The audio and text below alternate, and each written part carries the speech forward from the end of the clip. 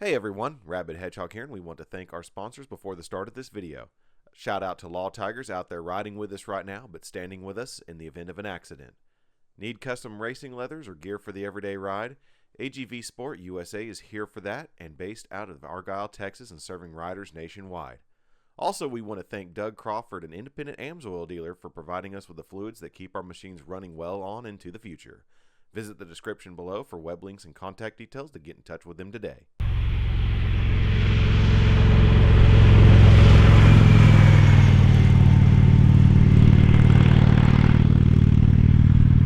What's up, everybody? This is the Rabbit Hedgehog with Indian Motorcycle of Oklahoma City, which is kind of over there, but wanted to get away from the trains and stuff so we could discuss this guy. Now, the one thing I love about working with Indian Motorcycle of Oklahoma City is the fact that all of us love motorcycles, and it doesn't matter what kind of motorcycle it is.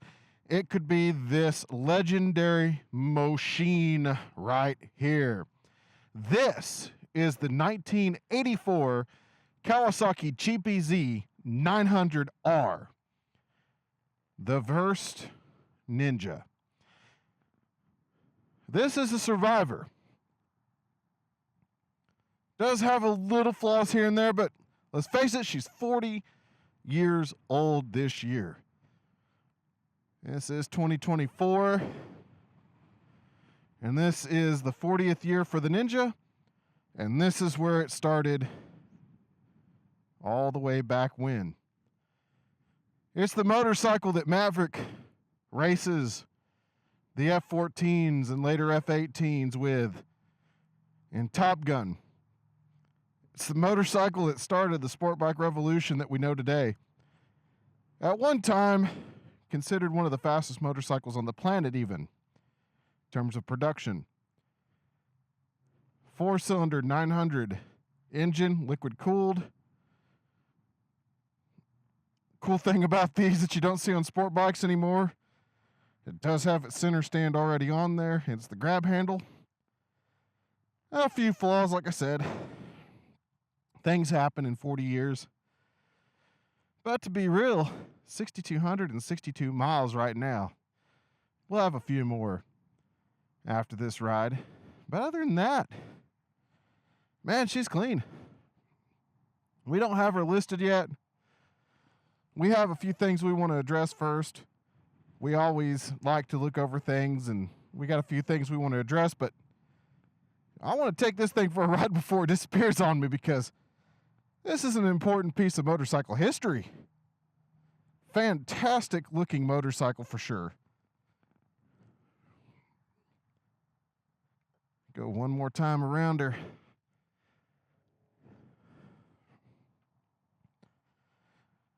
Of course, carbureted motorcycle using vacuum assist. So you have on, prime, and reserve.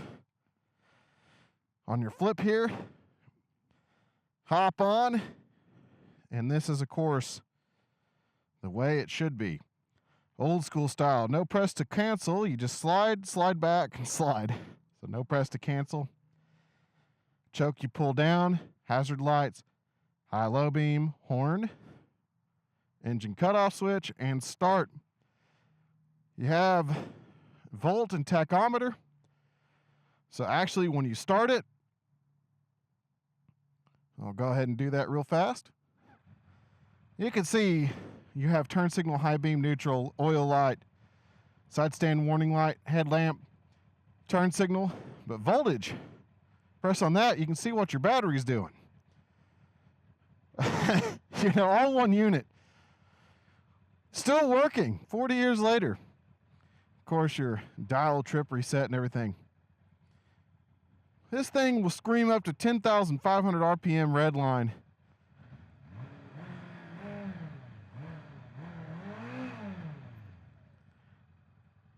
Nice free revving engine. All is well. One thing about this one for sure, it is not as aggressive as the modern Ninjas, man. I am not a fan of modern Ninjas because they are just too aggressive for my riding style. But this one's the right amount of aggressive and the right amount of standard, because you're still up here pretty good in terms of how well you're tucked in. Let's see if I can show you here. So you can see foot back to hip, knee forward, bent forward, shoulder matching the knee. So you're on here pretty tight. So it definitely is a sport bike style positioning.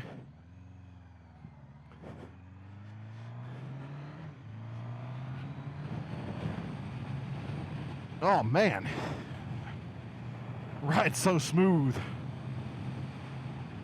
You don't expect that for something that's 40 years old to ride so daggum smooth. And today we're giving her a good test because we're going in to some 30, 40 mile an hour winds here momentito on the highway, because that's what happens in Oklahoma. We don't have terms, but we can tell you how the wind works on these things. But the engine is so smooth, man. It's got the right amount of mechanical clacking too. I mean, it's just got this nice pulse that you can feel that smooths out real well whenever you start accelerating. You can actually see maybe a little bit of the buzz in the mirrors there too, but it's only sitting at idle.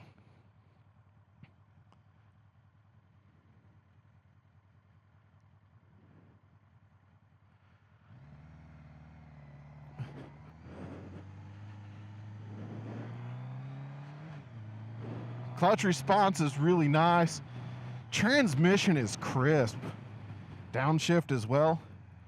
Absolutely crisp as well.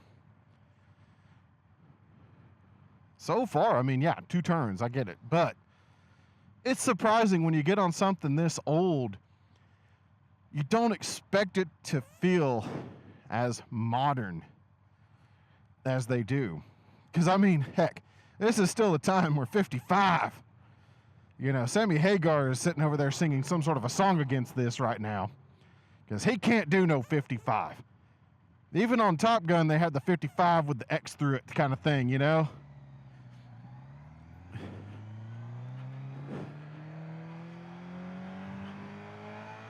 Look at this thing going up in first gear, 8,000 RPM at 45 miles an hour. Oh, this is a great feeling engine. That was 70 right there, about $8,000, second gear. She just wants to scream. I mean, this is 40-year-old technology and she feels great.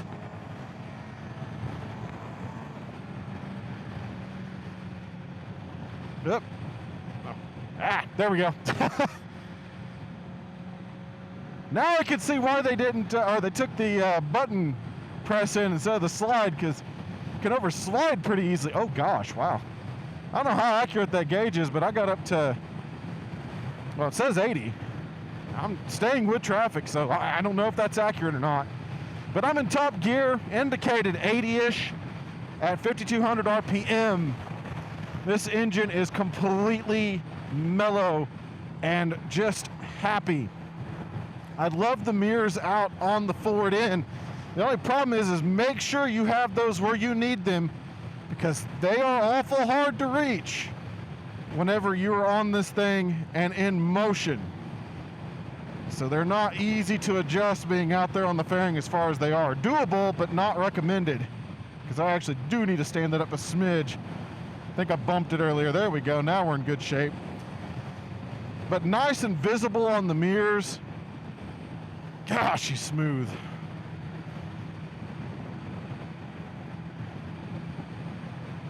And a very flickable machine in this blast from the past right here. The seat is long. It doesn't have a backing on it like modern sports bikes. It's just a long plank of a seat. Little bit of a rise to the passenger, but for the most part, the rider has a very long path of seating that they can use, and it's very comfortable. Most sport bikes today, I get a pinch in the right side on my hip, and I just don't feel great riding them, so I refuse to ride them most of the time nowadays. But this one is a happy medium.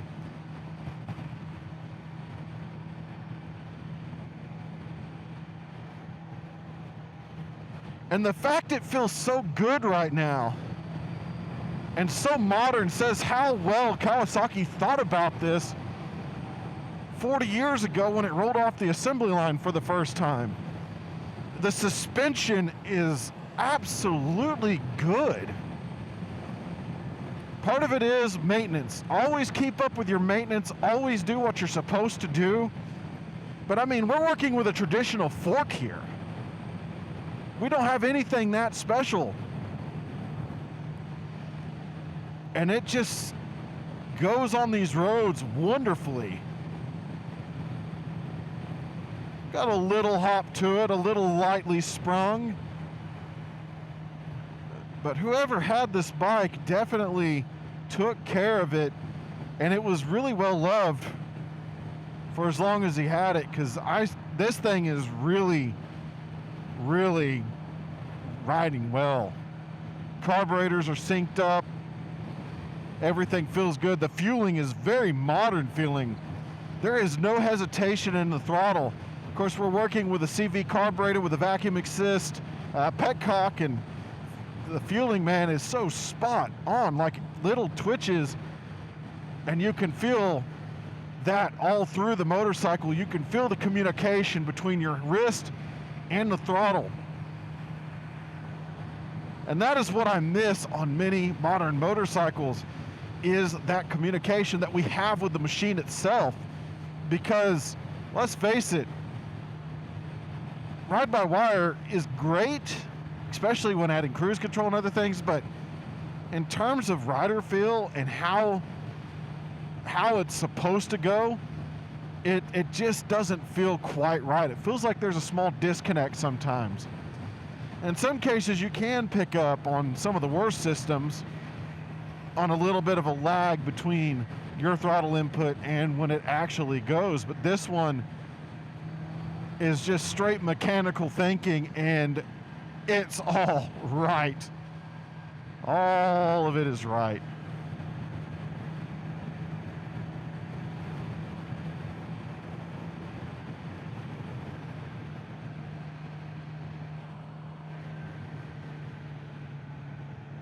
I don't know if that indicated is correct or not, but let's go down to an indicated 60-ish here. There we go. And now we're at only like 4,300 RPM. So this thing is not being taxed whatsoever at highway speeds, because you got all the way to 10.5, you know, in terms of your red line. And this is just a very, very happy machine to do what it's doing right now.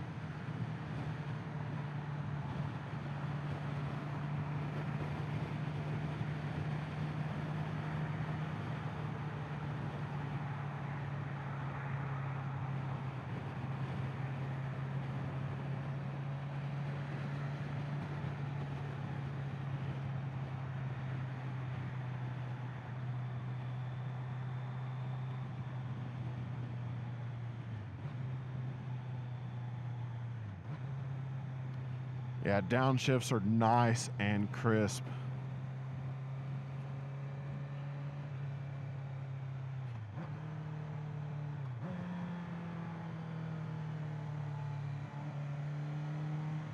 Oh my goodness gracious.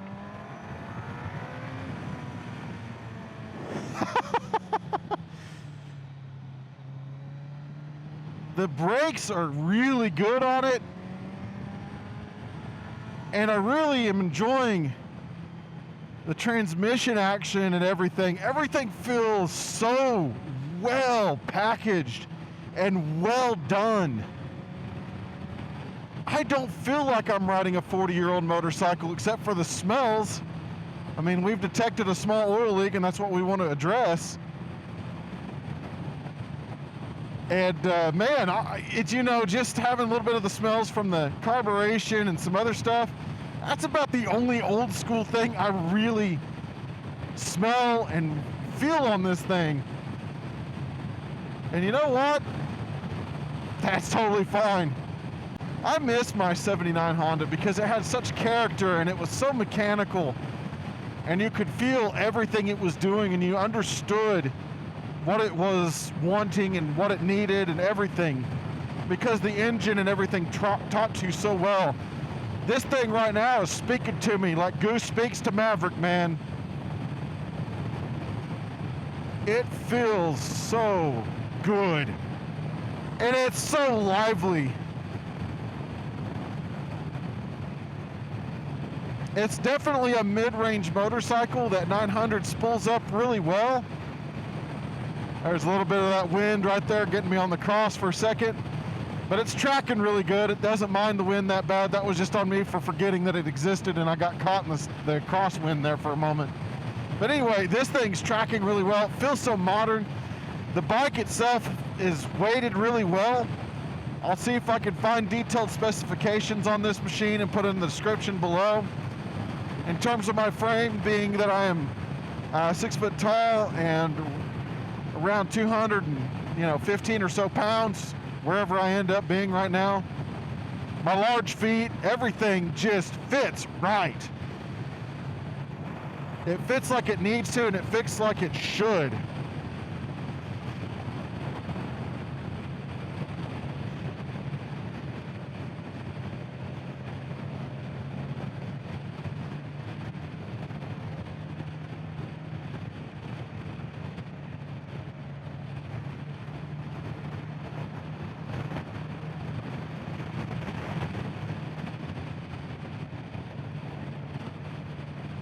I could see why this thing started a revolution back whenever it first came out, and why this was such an important motorcycle in history. Because feeling it now, 40 years later, with having all the technology that we have, all the motorcycles that we have, all the power that we're able to make now, this one feels special, more so than any of them.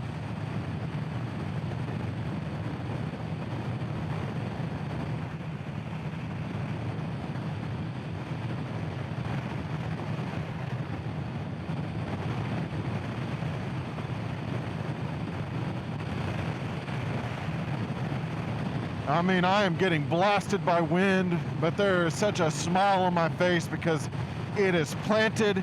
It doesn't care. It doesn't move around. These broken roads aren't fooling it or making it angry. It is simply going over them happily. Going into that turn earlier, that left-hand turn, I had so much more that I could do with it.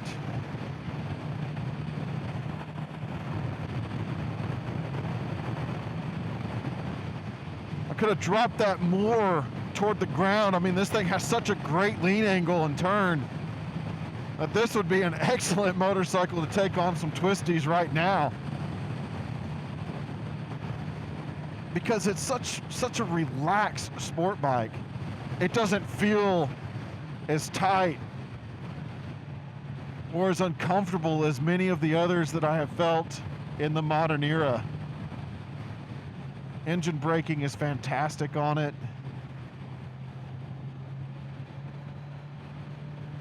Like I said, regular brake modulation is easy to do. We do have 3 discs aboard. None of that old 1980s or really earlier technology drum brakes on board, nothing like that. Hey, buddy, you know what a green light is, right?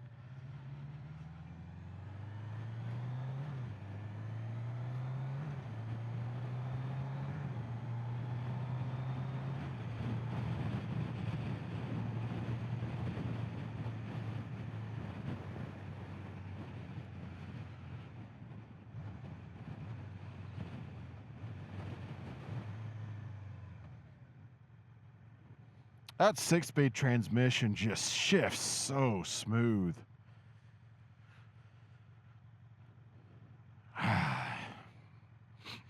There's that good carbureted engine smell starting to waft up from it.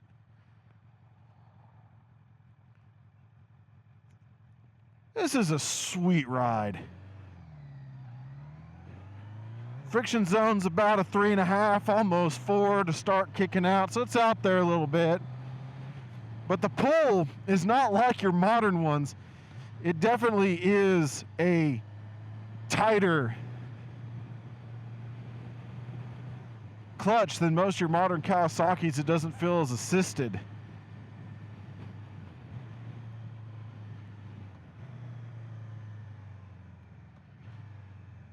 I want to take it on these surface roads to get more feedback from the suspension, since they actually have been repairing most of our roads as of late.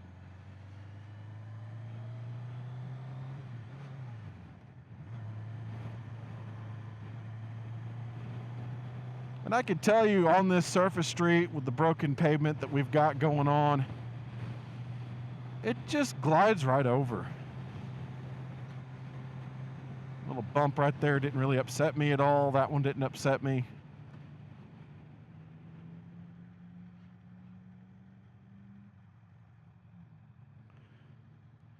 Super simple to modulate the braking on this motorcycle. It has really good rear brakes, really good front brakes. They talk to you really well. They are precise,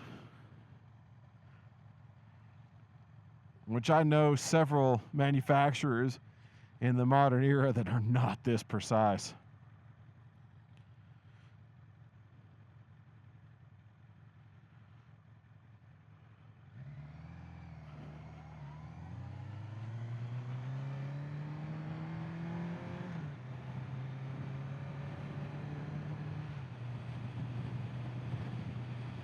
In terms of heat, I do feel a little bit coming out from the bottom side of the motorcycle right onto about my shin. It's on the right side only. I don't feel anything really bothering me from the left. So heat is not too bad on this machine at all. Of course, this one proudly wears liquid cooling badges on it, which I get it. Not very many bikes in that day were.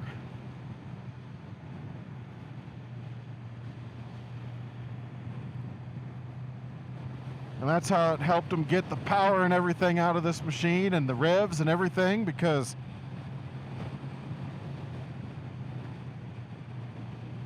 able to keep it cooler and happier. I just realized that the mirror bounces off a little bit when you hit some good bumps there. So that's why it moved down on me earlier. Eep. There we go. That's all good. I don't expect her to be perfect at 40 years old. I'm getting close to 40, and there's nowhere in heck that I'm perfect.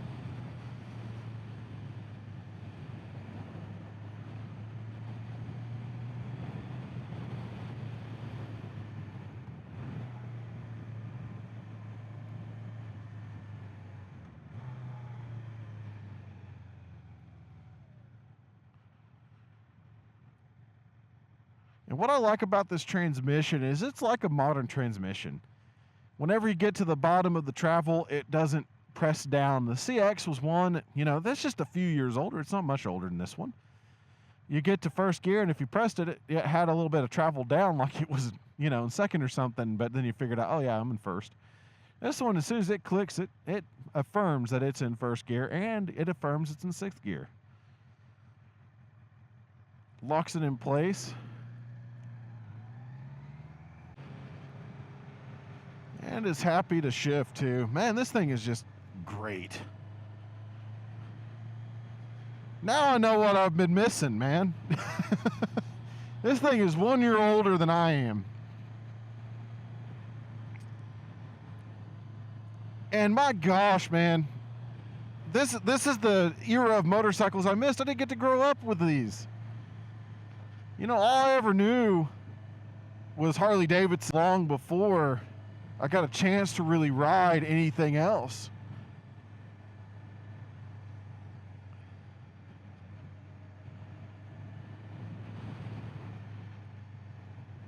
And I never really looked towards sport bikes or anything of that nature, or had any much interest in them, even though I've rode several of them.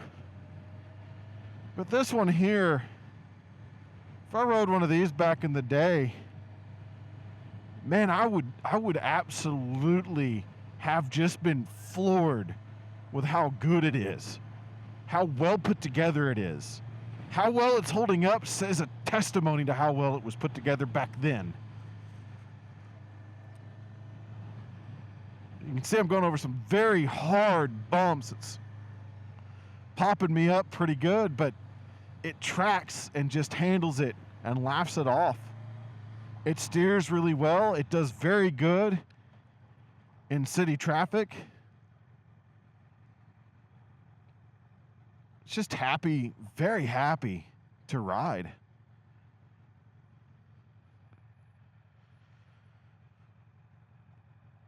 And I'm very happy to ride it. I'm very happy I got to. This is the advantage of working at a shop that loves motorcycles, and it doesn't matter what they are. You know, working back at the Harley dealership years ago, we got nothing else in but Harley Davidsons, you know. Anything else was wholesale, chunked to the side, and forgotten. But here, they all have a passion for the ride and the many riders that come in. And that is the difference, where I can have a chance to take something great like this out that we take on trade because we're not afraid to do it. Oh man, that thing just turns so well. And it's just so smooth reacting. I mean, you just barely press on it. The flickability on this thing is ridiculous. The grip is really good. Everything communicates perfectly well. Okay, I gotta slow that down.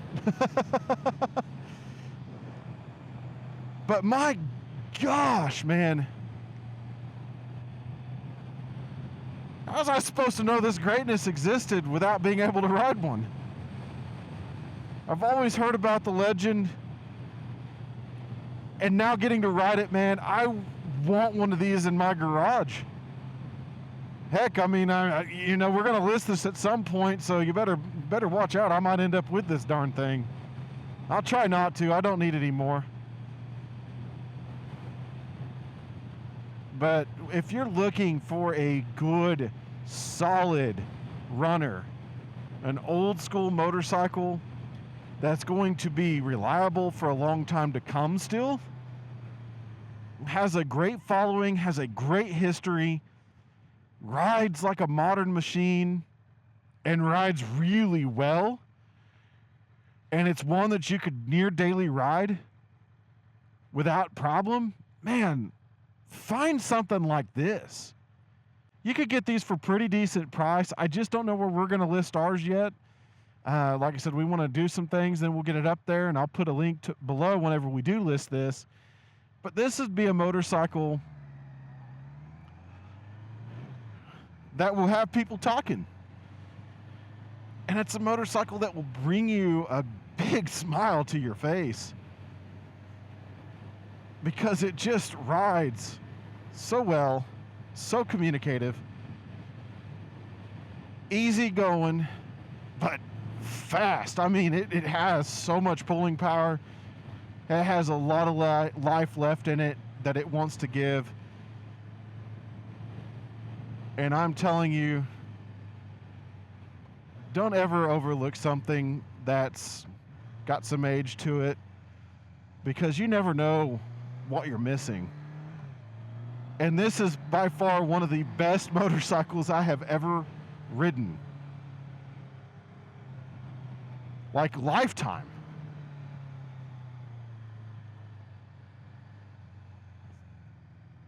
For real, this is one of the best motorcycles I've ever ridden lifetime. And man, I'm going to miss it when it gets sold, because it is a fantastic rider. It looks great, feels great, every bit as modern, you know, as they come. Just overall fantastic motorcycle. And I'm telling you guys, keep an eye out for this thing, because, or any of them, if you find any of these older Cowies, you know, pick one up because you don't know what you're missing until you ride one. And I promise you, you'll love it. So this is the Rabbit Hedgehog. If you have any questions, leave them in the comments below. Take a look at the description, and that way, you can see all the details of this one. Keep an eye out for the, the listing and everything when we get this one listed. Hopefully it will be soon. Also, I want to thank my sponsors today, AGVSportUSA for the riding gear that we ride with, AMSOIL from Doug Crawford, protecting our engines, and Law Tigers of Oklahoma, riding with us right now, but will help us in the courtroom in the event of a motorcycle accident, and we need assistance at getting the insurance company to act right. So at any rate, keep that shiny side up, folks, and we'll catch you on the next ride.